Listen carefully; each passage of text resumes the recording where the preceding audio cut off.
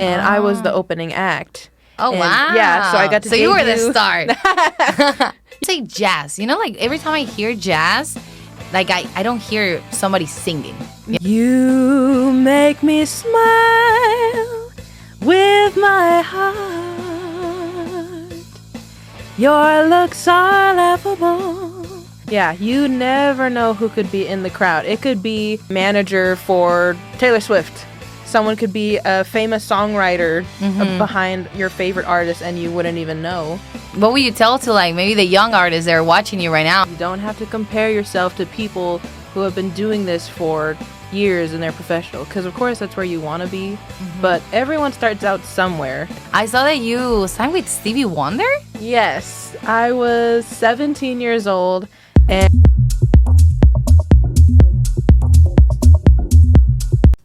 Hello everyone, and thank you one more time for joining me in another episode of Dreams Come True.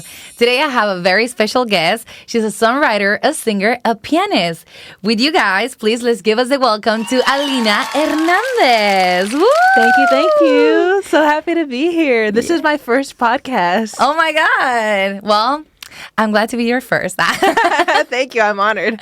Nice. Alina, I want to hear something about you. I always start my podcast and interviews with them, my guests, telling me like 3 words that define them as a person. 3 words. Creative, dedicated, and introverted.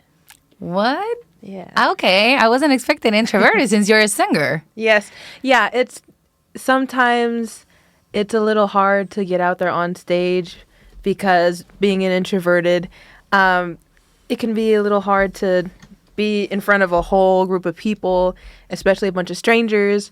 But I mean, once I start singing, once the music starts, all of that goes away and it's like I turn into a whole other person.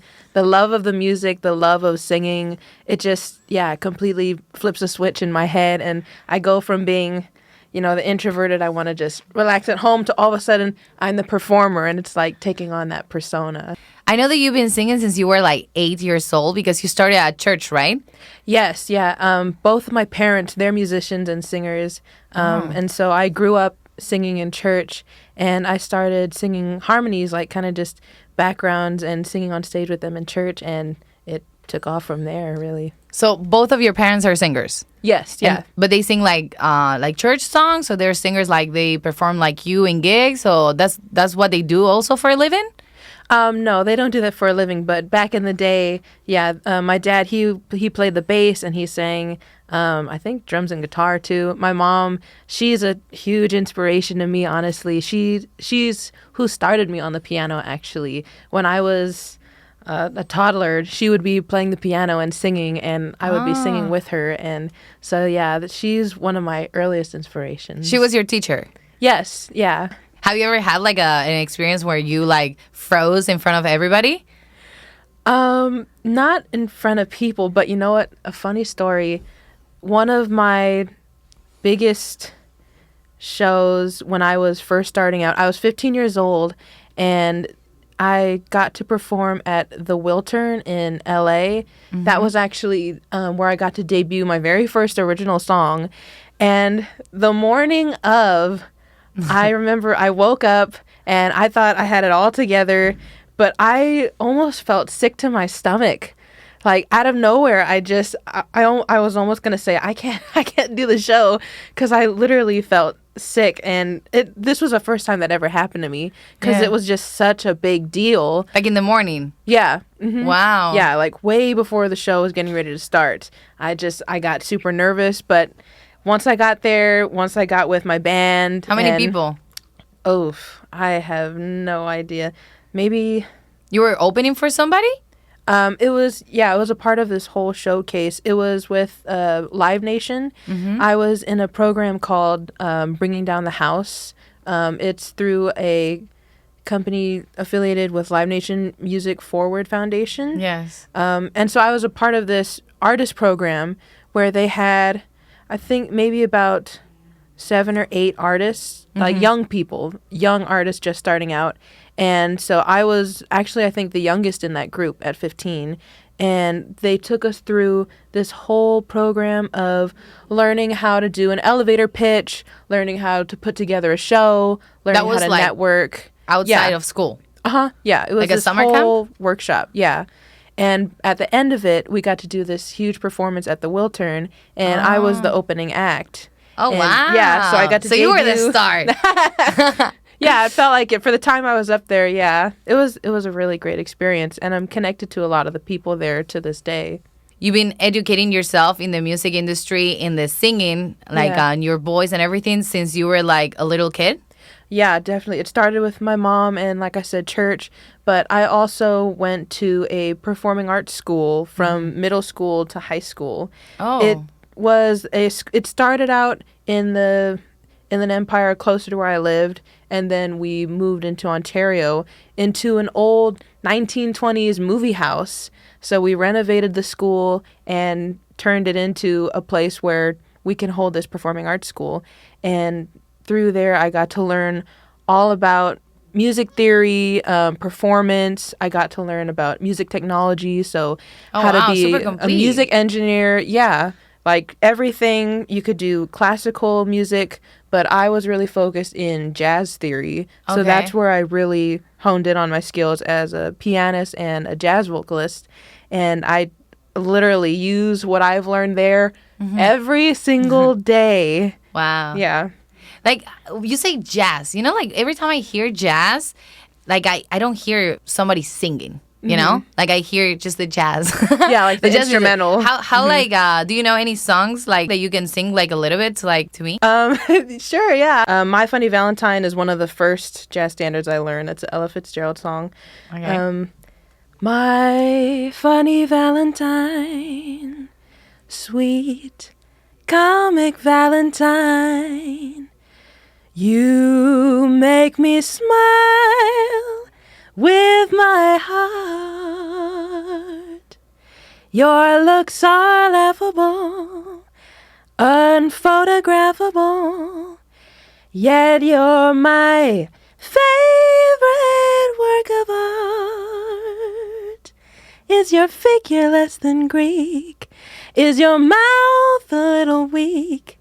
When you open it to speak, are you smart? Yeah, stuff like that. Yeah, Wow. that's a little bit. I haven't sung that in a while, actually. Oh, so that is jazz. Okay, so then I have heard. Okay, yeah. So then I have heard because that one sounds very familiar. Jazz is secretly everywhere, and you don't even know it. Your genre is R&B, blues, soul, jazz. Like you make a mix of everything. Yeah, I've never felt like I fit into one specific genre. And so sometimes that's hard to categorize yourself, but I feel like that helps me diversify and I can perform in all kinds of different settings, from a big concert venue like the Wiltern in LA to smaller club settings like Hotel Cafe or the Mint in LA. Yeah, Yes. it opens the doors for all different kinds of venues. And you have never, because you're a Latina. Yes. So you have never thought of like the Latino like genre, like maybe like salsa, cumbia, like Selena, you know? It's really funny. I mean, of course, I love like Afro-Cuban. I love Afro-Latin music, Afro-Latin jazz, but I've never like performed those kinds of genres. I love listening. I'll listen to all Everything. kinds of, I'll listen to everything. And you can kind of tell when I perform, I just pull from different artists, different genres. But yeah, not necessarily like singing in Spanish. I have done it before, but I don't actually speak it, even though I really wish I could. My whole family can speak Spanish, but me and my siblings, we don't. No. Let's talk about also the big artists that you Sure. sang with. I saw that you sang with Stevie Wonder. Yes, I was 17 years old, and it was for this national broadcast across America. And so literally there were different artists from all over America, or I think maybe even internationally. And it was like a 24-hour concert.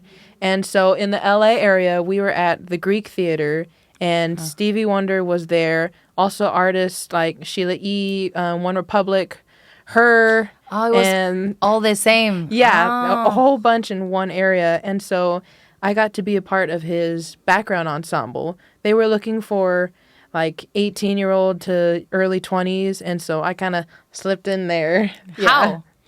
How? How did you get that Honestly, contact? just connections. It's really funny. It started out from me doing this. I had a random gig in LA, and the sound engineer knows my keyboard player, and so that's how we connected. And then through him, he knew another person who happened to get this Stevie Wonder gig, and then she was like, "Oh, I know this one person, Alina, and so let me call her up and ask Yeah. if she can do the Stevie Wonder gig because I know her through friends of friends of friends." Wow. Like the networking It's like is it's it's like crazy. there is never. I heard this like because I do acting. I'm an actress, so like they said there are never small roles. Just small actors. Yes. And it's also like there are never small like gigs. Because that small gig, you're gonna never know who you can Right. meet and get you a big one. Yeah, you never know who could be in the crowd. It could be 10 people that you're playing to, but one of those people could be, a manager for Taylor Swift. Someone could be a famous songwriter behind your favorite artist and you wouldn't even know. And Yeah. if you don't give your all at every show, There that's you go, yeah. for them, that's your first impression. Exactly. And it's like that's why you always have to show up, Right. right? Yeah. And like so, since you were singing like at 15, right? Like you've been like getting pay as well. Yes. Yeah. That's the goal. Yeah. Yeah. Since you were 15, how did you manage? Like, what did your parents tell you about like school and having gigs at such a short age? How does that work? Well, I feel very fortunate to have such supportive parents. My whole family is super supportive of my dreams as a musician, as an artist. And so through the performing arts school that I went to, it was actually online academics, and then we could have performing arts classes in person. So it made that really flexible, and they encouraged us to go out and do auditions as Yeah. actors or go out and, become part of a musical or go out and songwrite. They wanted us to have the real world experience. So being able to do online academics allowed me to have the time to go out and do these programs like performing at the Wiltern. And yeah, That's it just- awesome. it That's- opened the doors completely. It's great. Like, you have the opportunity to go to like a kind of high school like that. That was Yeah. here in LA. No, it was in the Inland Empire. It was in Ontario, actually. Oh, The school, it was actually kind of small. It didn't have a whole lot of students. It wasn't like Loxa where, it's just filled with students. But it felt like a family. Yeah. Everyone was connected. And even to this day, students who have moved on, we're all still really connected. how is that like the friendship when everybody's Yeah. like going to the same path, and they see you that you're maybe doing better than them?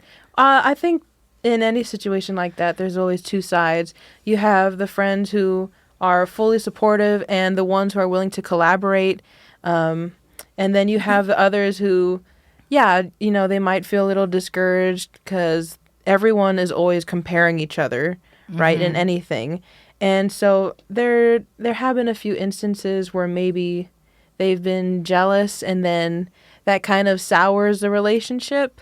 But I always I stick to my work ethic and stick to the people who are going to support me. And I want to support everyone that I'm connected to as well.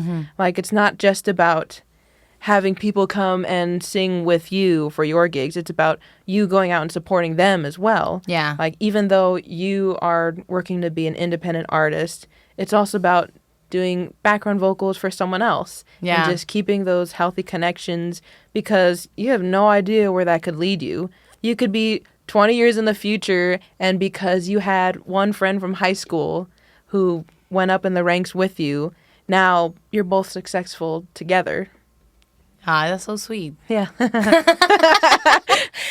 We have a sweet moment. I'm gonna put a sweet music. Yeah.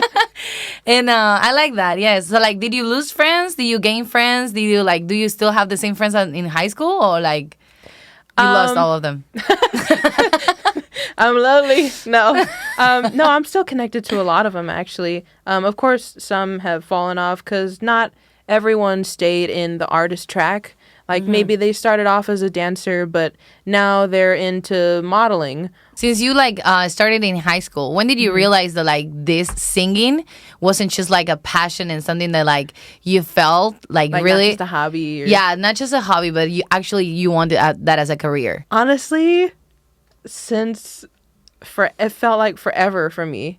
I can't think of a time where I didn't want to do music.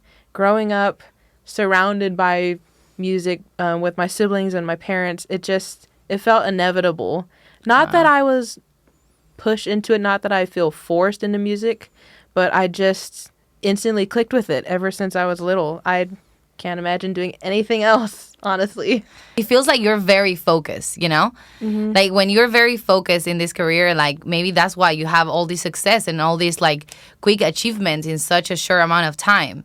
You know, like do you have like things in the middle that you got distracted, or you've been always been this focused? Because you say you're like one of your description of yourself is being dedicated. Yeah. So like anything that like comes as a distraction, you like pull it away and you're like, no, I'm on this track. Maybe I try to, definitely, yeah. I mean, of course, maybe there might be some moments where I'm in a plateau where maybe I'm not as focused, but music is definitely always in the forefront. How is your life? You know, how is the life of Alina Hernandez? Like, you cannot be like always working and singing. Like, do you date? No, not right now. That's not a focus. But I mean, of course I have other stuff like besides music. If I want to unwind, like maybe after a really long show, because a lot of the times with big shows you have the build up to it, right? You have the rehearsals, you have the tech working out, like making sure you have power, making sure everything's mixed right, making sure everyone's got their parts down, and then the show happens and it's a big high, right? The climax of the night, and then afterwards you feel drained and you're just tired and you want to relax. So I love to read. Okay. I am a big bookworm. I have a collection of books at home, and sometimes that's another happy place of mine to just unwind, listening to music still, of course. But yeah, just like find a really good book and read. What do you read? What is the genre of book that you like? All kinds, really. I love classic literature, but also like mystery or thriller. I love anything psychological, like psychological mystery. But yeah, I'm pretty open. What is what sign are you? What zodiac sign are you? I'm Aquarius, I think. Ah. Yeah, January 25th. Aquarius women, they're very like dedicated and focused to like their goal, you know? Like there's anything that like can distract them. I realize. I have a few friends that like they have a business, you know, and they're like, oh, this is, and I like they have a lot of like personality and attitude. Yeah. Like you cannot break them, you know? You cannot break an Aquarius. They're very sure of what they are. That's how you feel?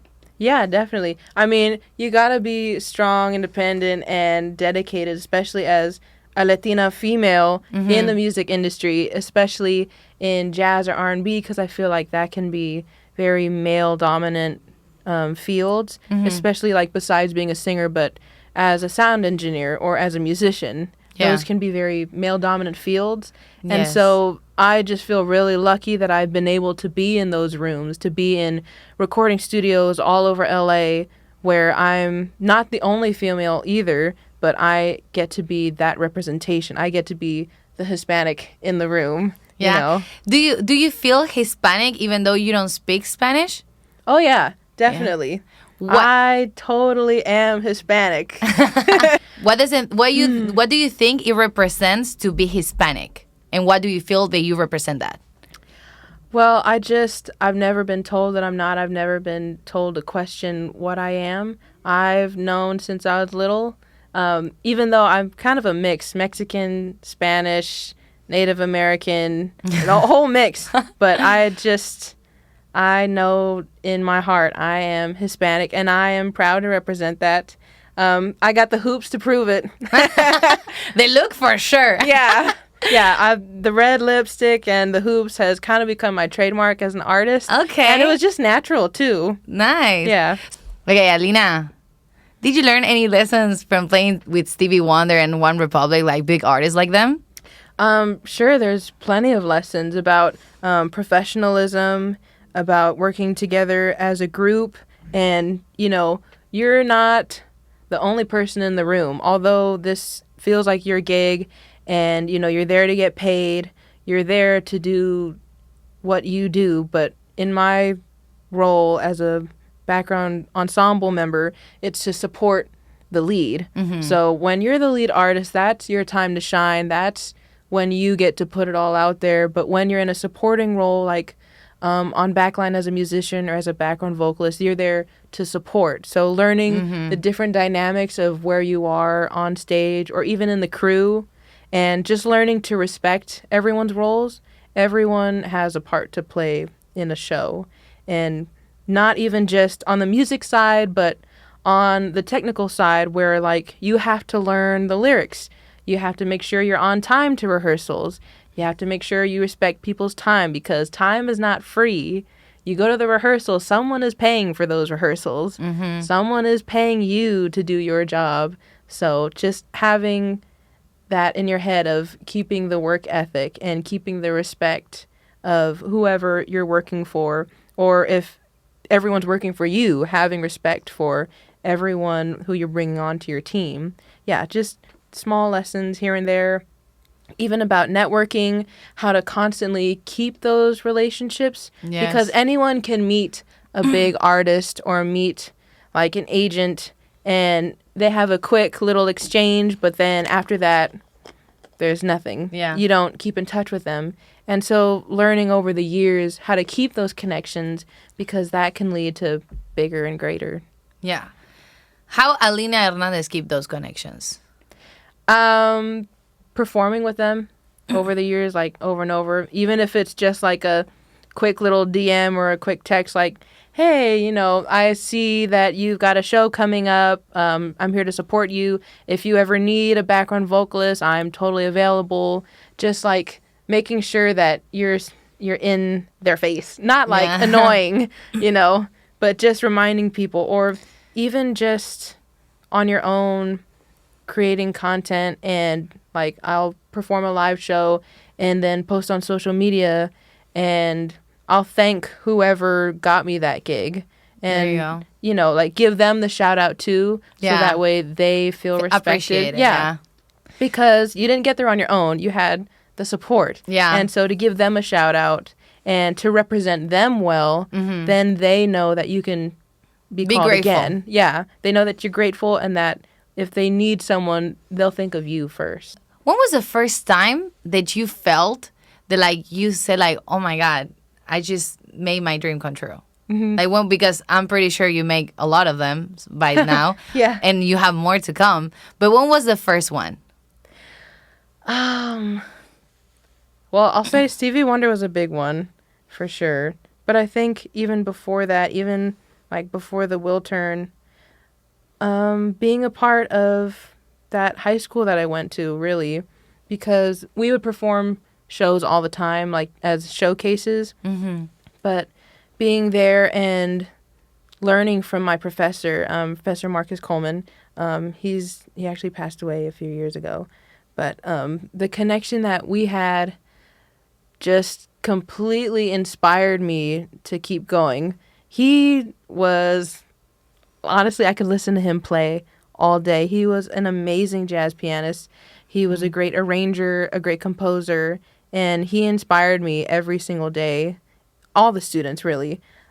He was behind a lot of great projects. Like, he would score TV shows like The Proud Family and Kings and Queens.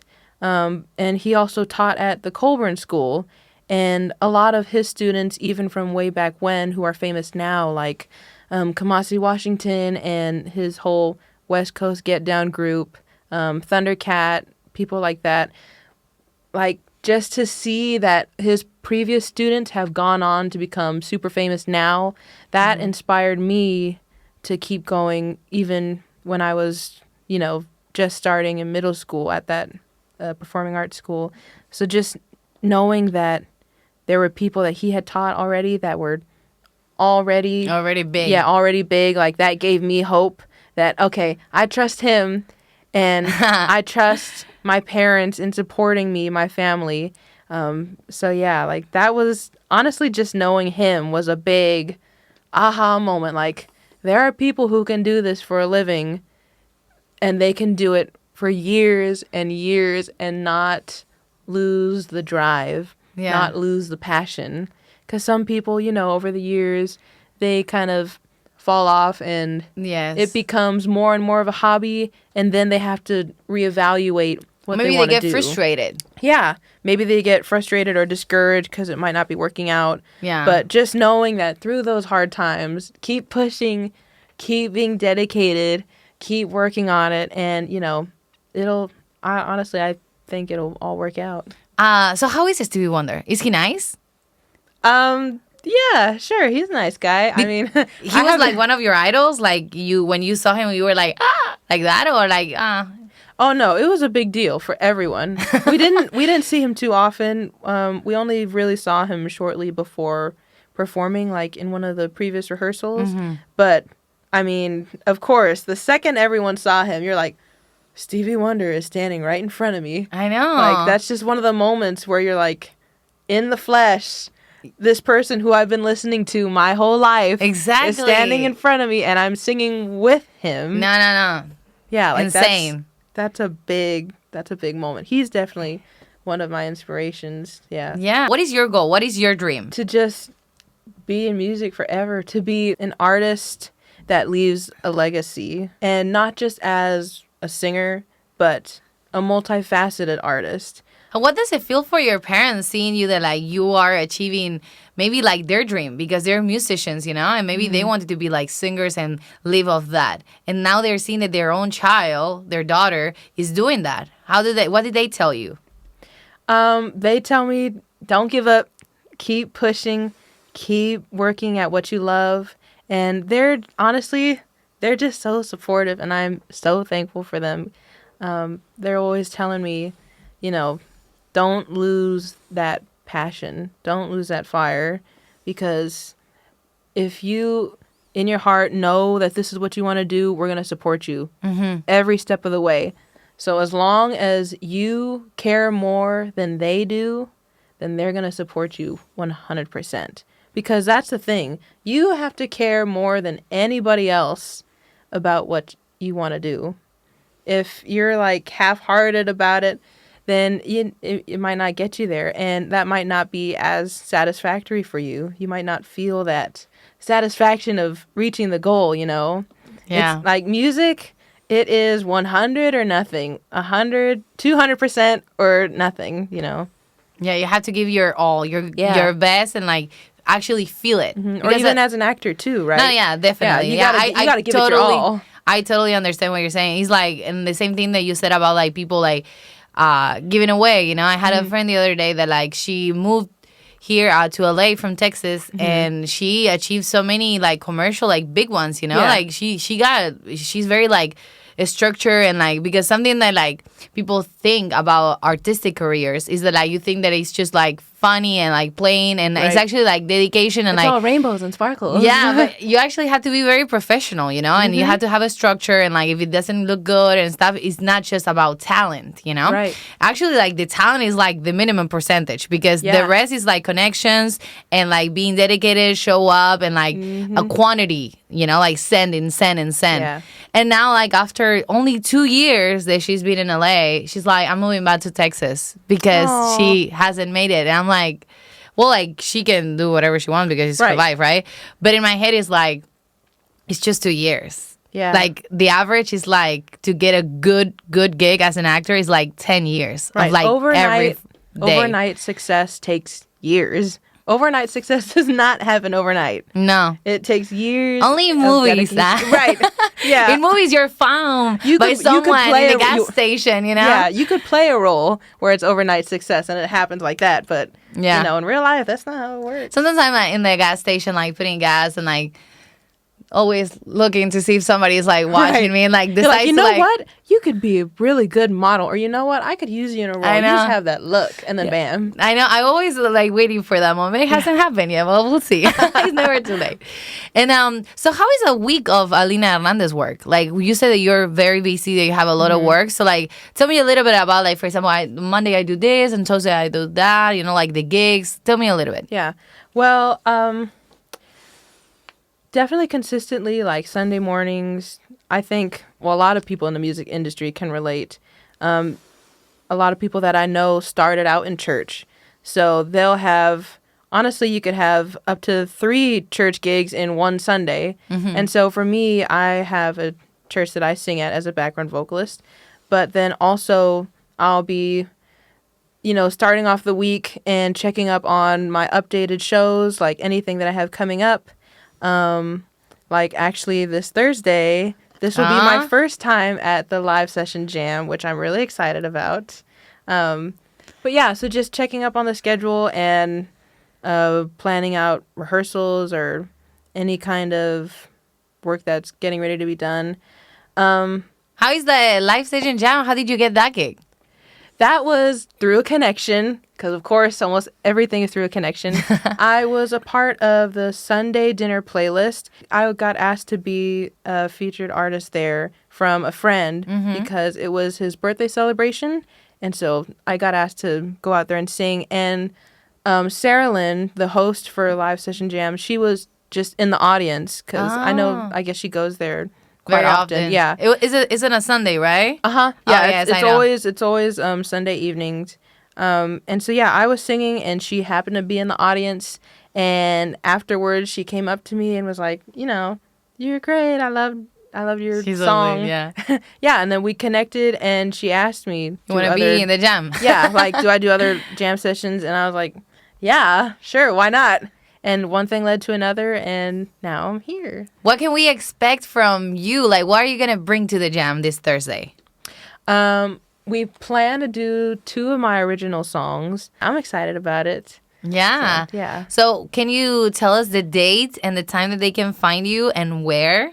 I'll be performing this Thursday, August 7th, at the Recording Club in Santa Monica at 8 p.m. I'll be doing 2 original songs, and it's going to be a night full of music. I'm excited. I'm ready. So, what is your next coming dream? Just to let you know, this is a safe space, so you can like manifest anything. Yeah. And with my magic, everything comes true. Thank you. Yeah. Awesome. Yeah. Well, definitely a big goal that I want to happen like yesterday is to release original music, because I think about 6 to 8 original songs, and I've been performing them live as often as I can, but nothing released yet. So that is the big next goal. Get music released. Get it recorded, either at the home studio or in another studio, and get it out there. Get the music out there, because that is the key. I know. Yeah, once you got music out there, then everything else I feel like will follow. So what keeps you grounded to keep achieving your dreams? What keeps me grounded? My family. Like, my parents are really good at keeping me motivated, or like keeping me in check, but in a good way. Like, I don't know, just that passion of loving music, not even as an artist, but just as a listener. I love listening to music. And so then knowing that I can be one of those people, one of those artists that can just give music to people to enjoy. Yes. Having that in mind, like, that's great, because you can make a big impact through that. Yes. Or you can make someone's day better from one song. Literally. Or you can literally change their emotions, or, your song can match whatever mood they're in. And just knowing that you have that kind of superpower, like that, that's cool. To know that music has such a big impact on people. What would you tell to like maybe the young artists that are watching you right now, and they see like that you have achieved so much in such a short amount of time, and they want to follow your steps? What will you tell them? don't be afraid to be a beginner. Don't be afraid to make mistakes. You don't have to compare yourself to people who have been doing this for years and they're professional. Because, of course, that's where you want to be. But everyone starts out somewhere, you know. And so don't be afraid to make mistakes. Be the beginner, to test stuff out, trial and error. Because you're not going to do everything perfectly on the first try. Yeah. And I know the fear is what tends to hold people back so much. But yeah, just literally don't be afraid to try. Don't be afraid to start. And once you start, consistency is key. Whatever you do, be consistent. Because then people will know that you're serious after starting. And then I think through that, one thing will lead to another. It'll snowball. And honestly, faster than you'll know it, you'll be there. Oh my God. You're so wise for being 21-year-old. Thank you. I love it. I really like that phrase that people are going to know you're serious when you're consistent. That's so true. Yeah. Wow. Who taught you that? Like your parents? Where did you learn all this? I mean, yeah, different people, my parents, my music professor, honestly, just other people I've been on gigs with. I've done a lot of recording sessions with actual working background vocalists. Yeah. And they've worked for everyone from Kirk Franklin to, I don't know, like Becky G. Yes. Or, yeah, just all these different artists. And just to know that they're handing me their own real world experience. Yeah. That's really cool. Who inspires you as an artist? Well, besides Stevie Wonder. Literally, I'm not going to lie. I have 3 singers, the 3 of them, Yeah. Stevie Wonder. And you got to Nice. play with him. That's Yeah. insane. Yeah, I'm honored to have done that. But definitely, I mean, Quincy Jones, the jack of all trades, Michael Jackson, King of Pop. But I love Yeba. She is an amazing vocalist. And there's this one band that I love. They're called Moonchild, and they're like R&B, jazz. They're like kind of cross genre. But yeah, I love their stuff. Well, thank you everybody for making it until the end of the video. If you make it, please give me a comment. And I'm Camila, the host, of course. If you haven't followed me or subscribed, what are you doing with your life? Just come on, just this one button, okay? And my name is Camila Rule for my Instagram in case you want to follow me, and I would recommend it to you. And she was Alina Hernandez, and she will tell you everything about her and where you can find her. Thank you so much for having me. I enjoyed the time here. Yes, my name is Alina Hernandez, and you can find me on Instagram at Alina Selah, ALINA SELAH. That's my Instagram, TikTok, and yeah, looking forward to seeing what comes next. Yes, so we will keep you posted. Thank you so much, and see you in the next chapter.